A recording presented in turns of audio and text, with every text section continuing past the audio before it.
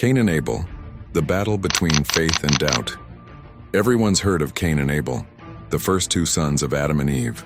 Most people think it's just the story of the first murder. But the truth is, this story is about you. Every day you're Cain or Abel. And understanding this could be the difference between killing your dreams or bringing them to life. Let's break it down.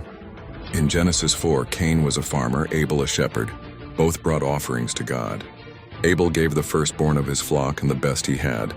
Cain brought crops from the ground, the product of his effort.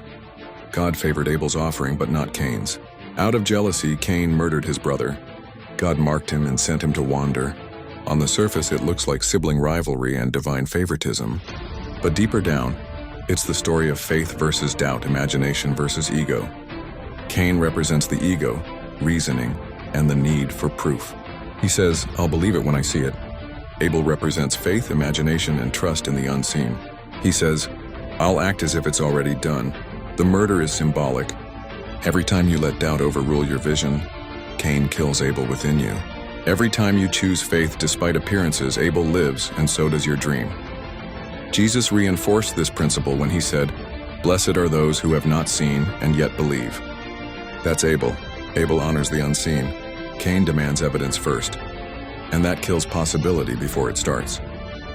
Neville Goddard explained that Cain is the voice of facts, appearances, and senses. Abel is the imaginal act, feeling the wish fulfilled before it's visible. If you let Cain dominate, you bury your dream before it has a chance. If you keep Abel alive, the world will rearrange itself to fit your vision. Florence Scovel-Shinn taught that your words and thoughts are offerings. Abel's words align with divine supply. Cain's words are doubt, fear, and envy. Every time you say, "I can't," or "it's too risky," Cain is speaking.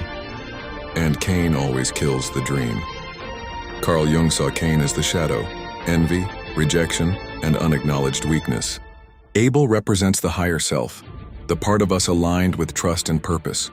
When the shadow rules unchecked, destruction follows. When the higher self is honored, growth comes. For entrepreneurs, this is practical. Abel launches the idea even when conditions aren't perfect. Cain waits until it's safe and never starts. Abel believes clients are coming, then markets with confidence. Cain says the market is too saturated and kills the project. Abel sees competition and stays focused. Cain gets jealous, compares, and self-destructs. Every pitch, every launch, every risk, Cain or Abel shows up. So here's how to live this today. 1. Catch your Cain thoughts. The yes, but reasoning.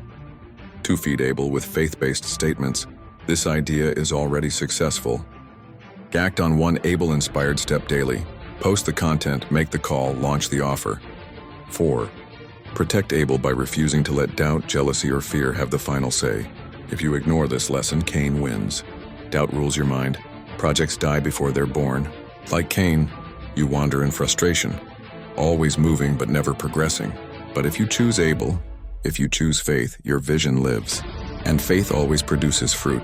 So remember this, Cain and Abel isn't just a story in Genesis. It's the battle in your mind every single day. The question is, which brother are you feeding? If you got value from this, subscribe for more applied wisdom, where we blend Bible, psychology, and strategy for entrepreneurs and high performers.